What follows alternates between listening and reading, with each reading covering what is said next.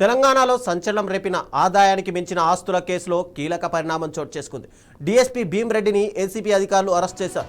4 రోజుల క్రితం నిర్వహించిన విస్తృత సోదాల్లో భీమ్రెడ్డి, ఆయన కుటుంబ సభ్యులు బినామీల పేర్లపై భారీ ఎత్తున ఆస్తులు ఉన్నట్టు అధికారులు గుర్తించారు. వాటి విలువ సుమారు 300 కోట్ల వరకు ఉంటుందని ప్రాథమికంగా అంచనా వేశారు.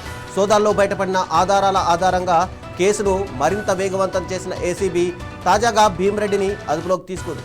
ఈ కేసులో మరిన్ని కొత్త కోణాలు వెలుగులోకి వచ్చే అవకాశం కనిపిస్తోంది.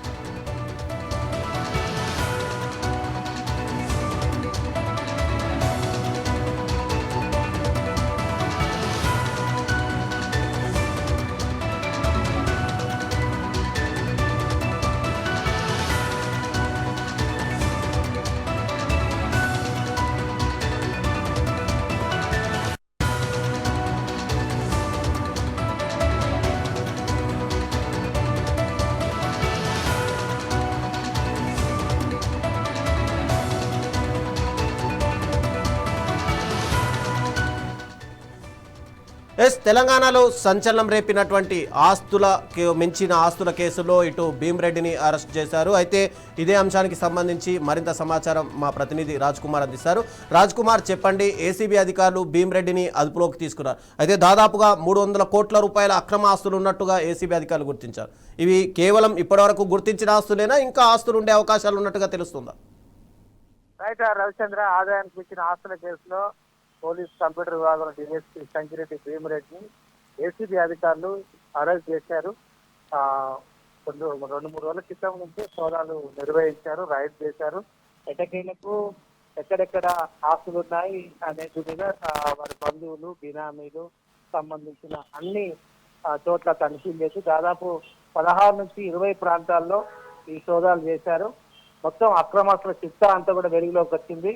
సో భీమరెడ్డికి సంబంధించిన బినామీల నివాసం నుంచి దాదాపు 50 లక్షలు, 2 కిలోల బంగారము, 20 కిలోల వెండి, 20 లక్షల నగదు క్యాష్, తర్వాత 23 విదేశీ మద్యం సీసాలు, ఇవన్నీ దీనికి సంబంధించి తీసుకోవడంతో పాటు ఇక ల్యాండ్ విషయానికి వస్తే ఈయన అధికార దుర్వినియోగానికి పాల్పడి అనేకమైన ఫ్లాట్లు, స్థలాలు, లగ్జరీ విల్లా, 8 కోట్ల విలువైన villa, luxury flats, Chellapur, Gachibowli 4 flats, commercial space, Manikonda land fields లో ఒక కమర్షియల్ కాంప్లెక్స్, తర్వాత మరిచెట్ జంక్షన్ వద్ద 3000 చదరపు అడుగుల కమర్షియల్ ప్లేస్, వ్యవసాయ భూములు, బెంగళూరు పరిధిలో కర్ణాటక అంటే బెంగళూరు హైవేలో దాదాపు 55 ఎకరాల వ్యవసాయ భూమి ఉన్నట్టుగా గుర్తించారు.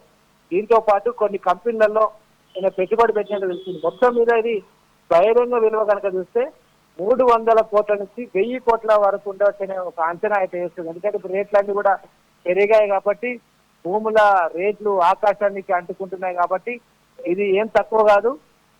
దాదాపు 1000 కోట్ల వరకు ఉండొచ్చు అనేది ఒక అనధికారికంగా అంచనాతో వేస్తున్నారు. ఎట్టకేళ్లకు ఈ యొక్క డైరీ కూడా ఒకటి దొరికింది. ఈ డైరీలో 15 మంది బినామీల పేర్లు బయటపడ్డాయి. ఈ పేర్లను ఆధారంగా ఏసీబీ అధికారులు పూర్తిగా రైడ్ చేశారు. తర్వాత పనిచేసిన ఒక మాజీ హోంగార్డు వాచ్మెన్ల పేరు మీద కూడా బినామీలను ఏర్పాటు చేసుకొని వారి మీద కూడా ఆస్తులు కూడబెట్టినట్టుగా తెలిసింది. సో మొత్తం మీద ఈయన అరెస్ట్ చేశారు. ఈ అరెస్ట్ కాస్త ఆలస్యమైంది. సోదాలు జరిగిన వెంటనే యాక్చువల్లీ అరెస్ట్ చేయాలి భీమరెడ్డిని, కానీ ఆయనకు అనారోగ్యం ఉంది, బీపీ వచ్చింది. సో అనారోగ్య కారణాల వల్ల కొంచెం చికిత్స చేసిన తర్వాత అరెస్ట్ చేశారు. దీని మీద బీఆర్ఎస్ నుంచి కూడా అరెస్ట్ ప్రవీణ్ కుమార్ కూడా విమర్శన చేశారు. ఎందుకు భీమరెడ్డిని అరెస్ట్ చేయలేదు, ఆయన ఆస్తులు అన్ని ఉన్నాయి, ఎందుకు ఆలస్యం అవుతుంది కూడా ఆరోపణలు చేసిన నేపథ్యం. సో అనారోగ్య కారణంగా కాస్త ఆలస్యమైన ఏసీపీ అధికారులు వివరించి ఈరోజు అరెస్ట్ చేశారు, రిమాండ్కి తరలించారు. Thank you Raj Kumar.